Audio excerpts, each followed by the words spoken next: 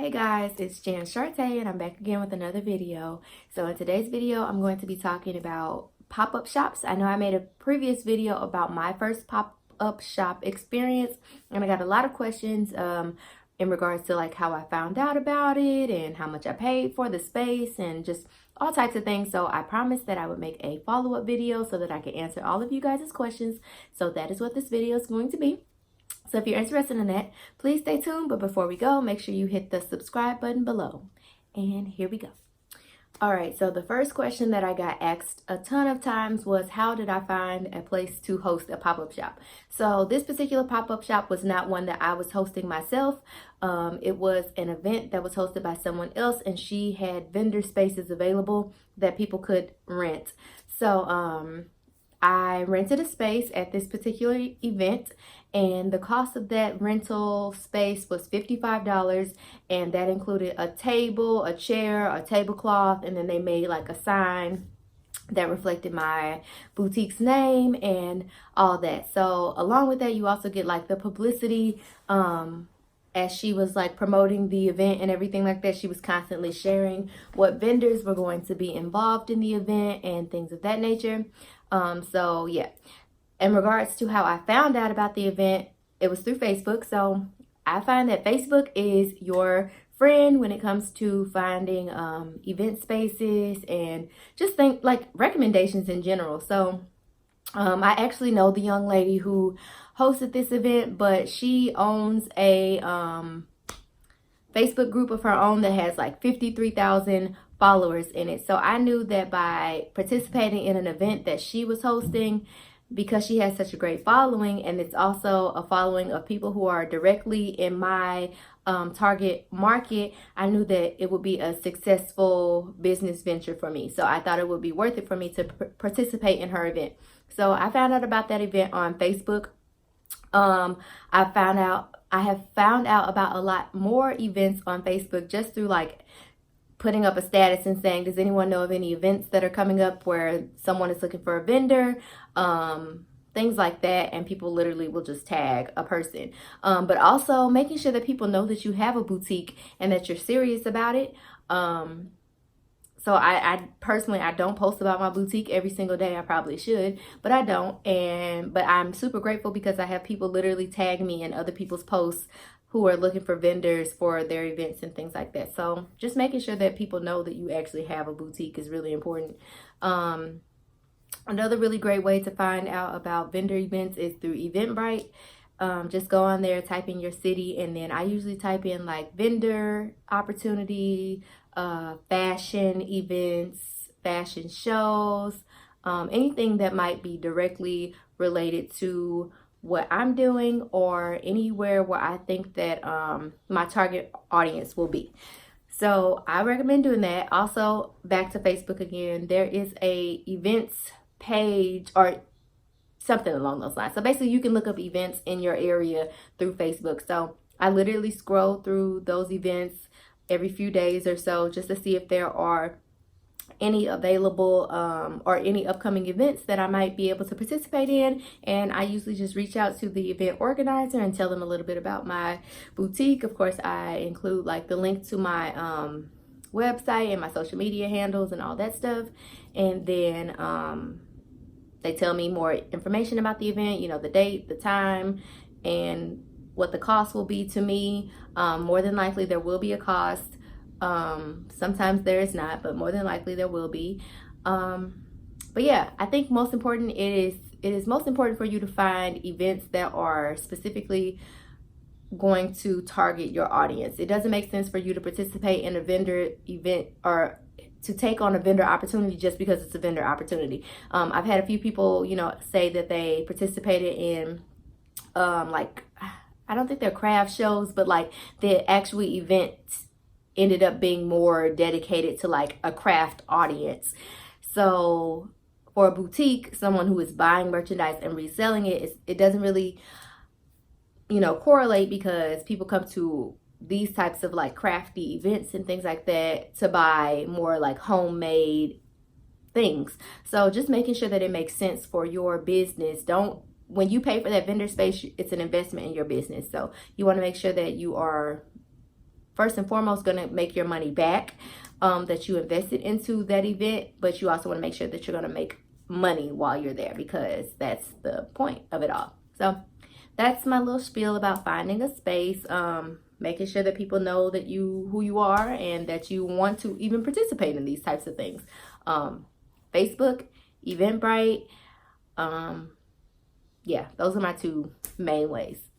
Okay, so the next question that I got asked was how much inventory you should have before you participate in a pop-up shop. So I wouldn't say that there's a certain number of items that you should have in stock, or that, you know, you have to have a certain, I wouldn't say that there's a certain number. I honestly feel like you would know if you have enough merchandise to host a pop-up shop. I would say, you know, purchase yourself a clothing rack that you can, you know, display your merchandise on, and literally hang the merchandise up in your house and see what it looks like on a rack. If the rack is super empty and it just doesn't look appealing, it doesn't, you know, draw just even your own eye to the rack, then you probably don't have enough merchandise to host a pop-up shop or participate in a pop-up shop. Or even if you do find that you have, you know, a substantial amount of inventory, if you put it on the rack and it doesn't look appealing, or it doesn't look like it's going to be something that's going to draw attention to your booth, then you probably have a little bit more work to do. Also, it could just be a matter of you deciding what pieces to take with you and what pieces to leave behind. When I participated in the pop-up shop, I did not take all of my inventory. I literally the night before put all of the stuff, I didn't hang it up, but I like stacked one of each item on top of each other and just kind of visualized what it would all look like on a rack together, just to see like if it was visually appealing, and if I thought that like people would stop and shop with me. So I wouldn't say there's a certain number. I would say you would know if you have enough, or if your inventory would satisfy an audience, but you need to actually see it first on a rack or like displayed on your floor or wherever to determine that. Also, I would recommend bringing a friend with you. I actually didn't intend to bring my best friend with me. She actually was just coming to attend the event herself, but she ended up sitting at my table for a little bit of time. And when I tell you, this girl is like the perfect salesperson, it's crazy. Like, she knows everybody. I don't know why, but she knows everybody. So like people would walk up to my booth and she'd be like, hey, so-and-so. And then they would touch something and she's like, girl, that would look so good on you. And so she was just like naturally a salesperson. And although I have tons of retail experience, I'm not a pushy person at all. So yes, I know how to sell merchandise, but I am not like the person that's gonna overly like compliment you or anything like that. Like I'm very big on giving people their space. So anyway, I recommend bringing somebody with you more. It would be helpful if that person is a different personality than you. So like if you're really shy, bring somebody who's really outgoing, because they can definitely help you. And bring somebody who is also familiar with your business and you know, your mission and your values and things like that, because that's also super helpful. There were times where people thought that like we were co-owners and things like that, but she made sure to tell them like, no, this is my best friend's boutique. And just, yeah, she was kind of like a wingman in essence. So I definitely recommend bringing somebody else with you. It's helpful. Also, I think it's really important for you to set a sales goal for yourself. So in essence, you're going to hold yourself accountable. Make sure that you're paying attention to how much money you are making and what you're selling, what's working, what's not working. Like making sure you're taking mental notes, if not writing it down. But before you get there, like actually set a monetary goal for yourself. And I can talk about this a little bit more in another video, but make sure that when you're setting the goal for yourself that you have enough inventory with you to meet that particular goal. So like you can't say that you know, if you spent $500 on the merchandise and you didn't take the time to count out what merchandise you were bringing or paid attention to the price of that particular merchandise, or that if you're running a promotion while you're also there, like you have to make sure that you have enough merchandise in order to even make the goal that you set for yourself. So make sure that you're paying attention to those things when you are setting monetary goals for yourself and deciding what inventory to bring with you.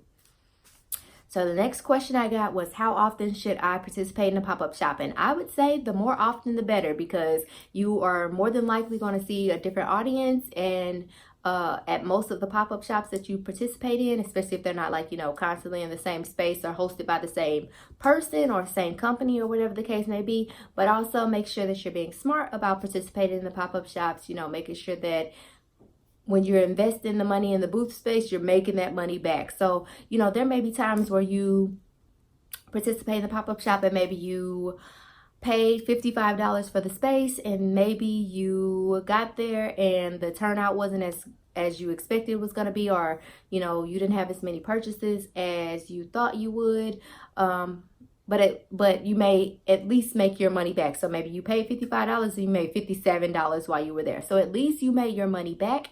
You introduced your brand to people while you were there. They may not have purchased right then and there, but they may purchase with you in the future. So along with that, making sure that you have your business cards or some type of something that you can hand to them to remind them that you exist.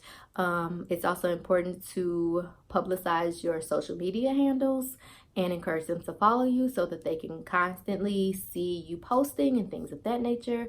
So I would say don't let one failed experience discourage you from participating in another one. The more you can participate in, the better. Just make sure that you are investing in spaces where your target audience will be, and that it makes sense, and that you think you can at least make your money back. Yeah. So the next question was about setting up for the pop-up shop, and they wanted to know, how do you do it? How do you set up? There is no right or wrong way to set up. Honestly, like I was saying earlier, I think it's important to try to set up what you want it to look like prior to you actually getting there. Usually the person that's hosting the event will send out information in regards to like the table size, or the booth space, how big that space is going to be and things like that. So once you know that, I think you should play around with what you want it to look like prior to you actually getting there, so you can save time once you're there. Don't waste time trying to figure it out. I personally prefer racks over tables, so I don't care much to have things folded on a table. I would rather have them hanging on a rack. I personally love wooden hangers, but wooden hangers are expensive. So and thankfully I was able to buy the used ones that we had in my old job. So if I had not been able to buy those, I probably would be using plastic ones, to be honest. But presentation is very key. I had a good number of people come shop with me because of the way that my merchandise was displayed. The two racks that I used were kind of small, but you could still fit a good amount of merchandise on them, and the ends of it extended, so if I needed more space I could put more merchandise on them. And then I just put like one or two things on my table. I also had my business cards. I had a little sign that said information about my consulting business, so you could put a sign up about your boutique, but I use a sign for my consulting business. So make sure you have your business cards, of course, and just something cute that represents your brand on the table. Don't overwhelm anybody on a table. It doesn't make sense. If the space allows you to, I think it's better for you to spread your racks out versus having them directly next to each other or directly like lined up with one another. Personally, I hate, as a shopper myself, I hate to feel like I'm like right on top of some other person while they're shopping. So I personally like to separate the racks to give people literal separation. But unfortunately, at the event that I just participated in, they needed like extra space, so she made me line them up together, and I guess it worked out or whatever. But it did get quite crowded over there at some points of the day, so just keep that in mind. What else? Just keep it cute, keep it classy. I'm telling you, like, the better your presentation is, the better. I also use my iPad because, as most of you guys may know, I have like a bunch of different promo videos and stuff like that. So I literally at times I would play the video and I just had it on like replay. So that actually drew a lot of people to my table. And then I also just did like a slideshow of my photos of me wearing all the items, because this particular space did not have like a dressing room or anything of that nature. So obviously people couldn't try the merchandise on. I'm not even sure if I would have let them. Anyway, but obviously they couldn't try the merchandise on. So having a visual representation of what the merchandise looked like on a body was very helpful to a lot of people. So sometimes, you know, they would be looking at an item on the rack and they were unsure of what it was going to fit like, and they would just say, you know, do you have a picture of you wearing this item or someone wearing this item? And I'm like, yeah. And I showed them the picture, and then that helped them to decide to purchase it. So if you could display photos, even if it's just like pictures, maybe you don't have the capability to put up a slideshow. If you have a smartphone, you can definitely do a slideshow, but that's neither here nor there. And then as far as like accepting payments and things like that, so my actual website is built through WordPress and WooCommerce. However, when I am participating in pop-up shops, I use Square.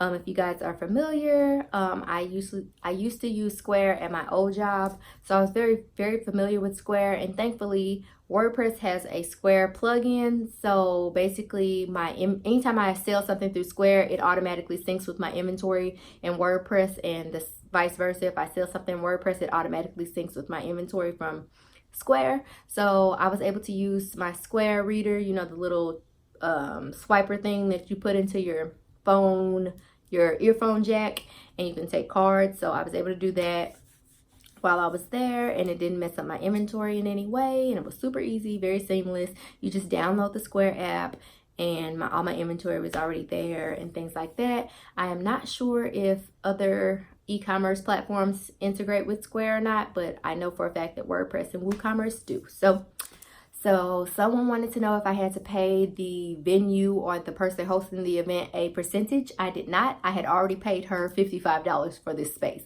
And I don't know what she used the $55 for. I don't know if it went into her pocket. I don't know if it went towards, you know, renting the entire building or whatever the case may be. But I paid her $55 in order to participate in the event, and that was it. And everything else was mine. The next question that I got asked was, how was the turnout and how were my sales? So the turnout was pretty good. A good number of people came out to the event. I made 9 sales, which may not seem like a lot to most people. For me, that was a good number because it was 9 sales, but it wasn't like one item per sale. So it was 9 transactions. And for me, that amounted to about $279 or something like that. I can't really remember. I think it was like $279. So I made to me, that was a good number, considering that this was my first pop-up shop. And also, if you guys have visited my boutique's website, you'll see that my prices aren't very high. Like, I have some prices that are like $24, $22, less than $20. So my prices aren't really high. So considering my price point, that was a good amount of money for me to have made during my first event. So I was really excited. I completely ran out of all my business cards, which kind of sucked at one point, but I thankfully had my business cards for my consulting. So I just started writing my boutique's information on the back of that one. But yeah, so as far as the turnout and the sales and everything, that was really cool. I am considering participating in another pop-up shop in the next few weeks. We will see. Guys, I broke my nail. It was tragic. And then there's one broken on this hand too. Hot mess. This is why I don't do this girly nail stuff. But anyway. So yeah, I'm considering participating in another pop-up shop soon.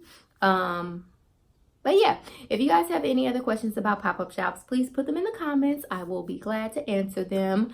If you have any questions about anything else, feel free to put those in the comments or shoot me an email. My email is in the description bar below. As always, there are links to my social media accounts in the description bar. Follow me on Instagram. I go live. I try to go live every week. I haven't went live in about 3 or 4 weeks now. So I'm going to start doing that again. And also, if you're interested in a consultation, the link to that is below as well. And yeah, so thank you guys for watching this video. I hope you enjoyed it, and I will see you guys in the next one. Bye-bye.